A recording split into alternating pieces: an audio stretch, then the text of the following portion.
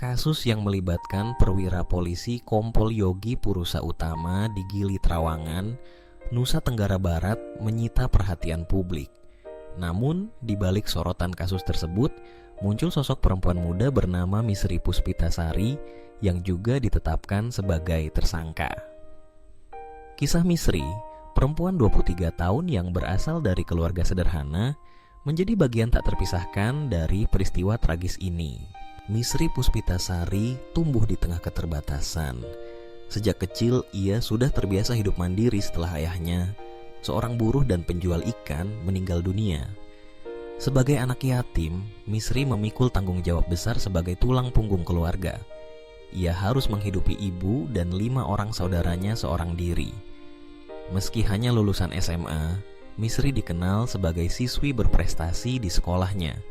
Namun, kerasnya kehidupan memaksa Misri untuk mencari berbagai cara agar bisa memenuhi kebutuhan keluarganya. Perkenalan Misri dengan Kompol Yogi bermula pada tahun 2024.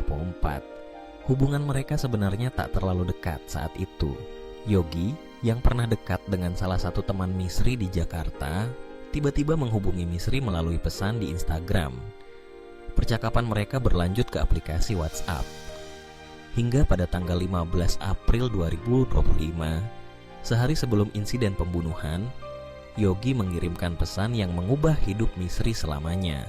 Dalam pesan tersebut, Yogi membujuk Misri untuk datang ke Lombok dan menemaninya berlibur di Gili Trawangan.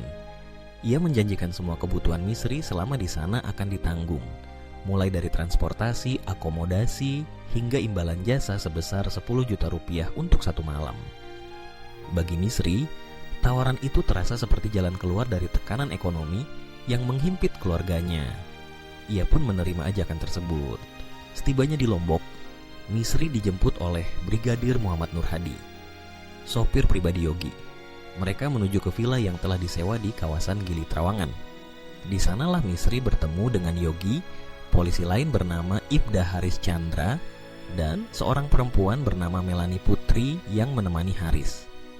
Di antara mereka, hanya Nur Hadi yang tidak ditemani perempuan.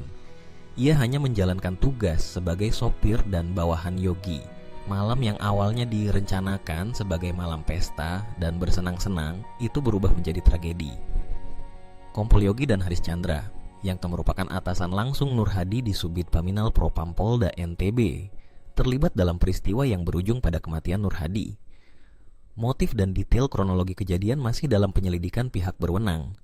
Namun keterlibatan Misri dalam peristiwa tersebut membuatnya harus duduk di kursi tersangka.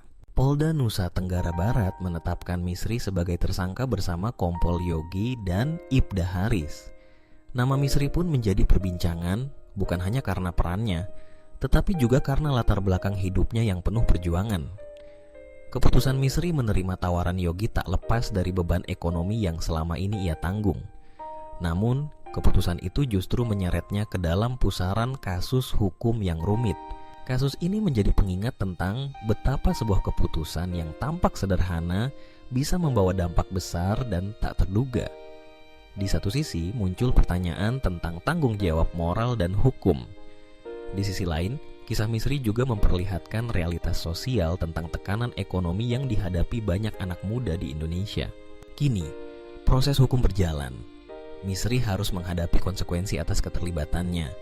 Sementara publik terus mengikuti perkembangan kasus yang mengaitkan nama-nama besar di kepolisian. Di tengah hiruk-pikuk pemberitaan dan opini, kisah hidup Misri menjadi potret tentang pilihan, kesempatan, dan harga yang harus dibayar atas sebuah keputusan. Peristiwa ini menyoroti perlunya perlindungan sosial dan ekonomi bagi masyarakat agar tak ada lagi anak muda yang terpaksa mengambil keputusan berisiko demi bertahan hidup. Pada akhirnya, tragedi Gili Trawangan bukan hanya tentang kejahatan, tetapi juga tentang kemanusiaan, perjuangan, dan harapan akan keadilan yang seutuhnya.